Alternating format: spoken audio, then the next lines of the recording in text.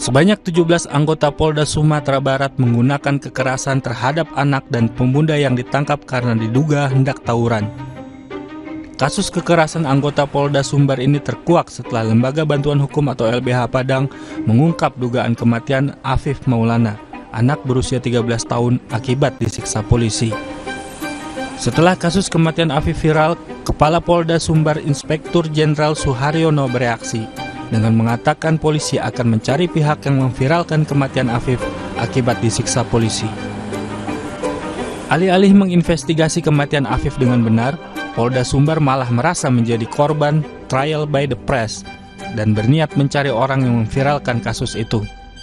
Belakangan setelah Komisi Kepolisian Nasional atau Kompolnas dan sejumlah pihak lain seperti Komisi Nasional Hak Asasi Manusia atau Komnas HAM dan Komisi Perlindungan Anak Indonesia turun tangan, Kapolda Sumbar mengakui ada 17 anggotanya yang menggunakan kekerasan terhadap anak dan pemuda yang ditangkap karena diduga hendak tawuran.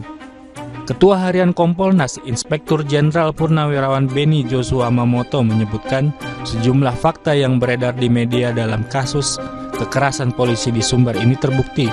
Kekerasan seperti menyundut rokok, memukul, dan menendang sudah diakui polisi. Penyebab kematian Afif masih misteri. Polisi dituntut menyelidiki penyebab kematian itu dengan benar tanpa ditutup-tutupi. Kasus kekerasan anggota Polda Sumbar menambah banyak daftar kasus kekerasan oleh polisi. Kompas beberapa kali menulis kasus kekerasan oleh anggota kepolisian yang berujung kematian korbannya.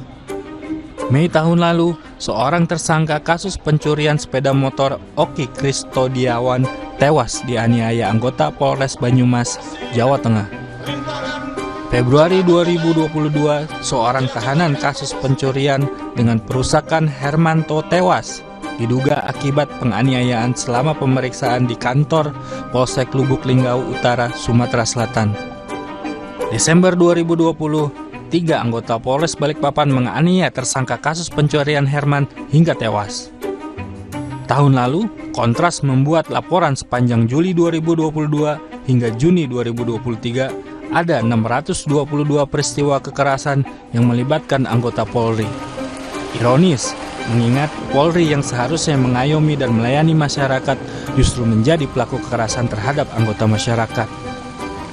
Dalam pendidikan internal Polri, untuk calon bintara hingga calon perwira, tak ada kurikulum yang mengenalkan penggunaan kekerasan dalam penanganan perkara terutama pidana. Tak ada pelajaran tentang bagaimana kekerasan bisa digunakan membantu mengungkap kasus atau membuat tersangka mengakui kejahatannya.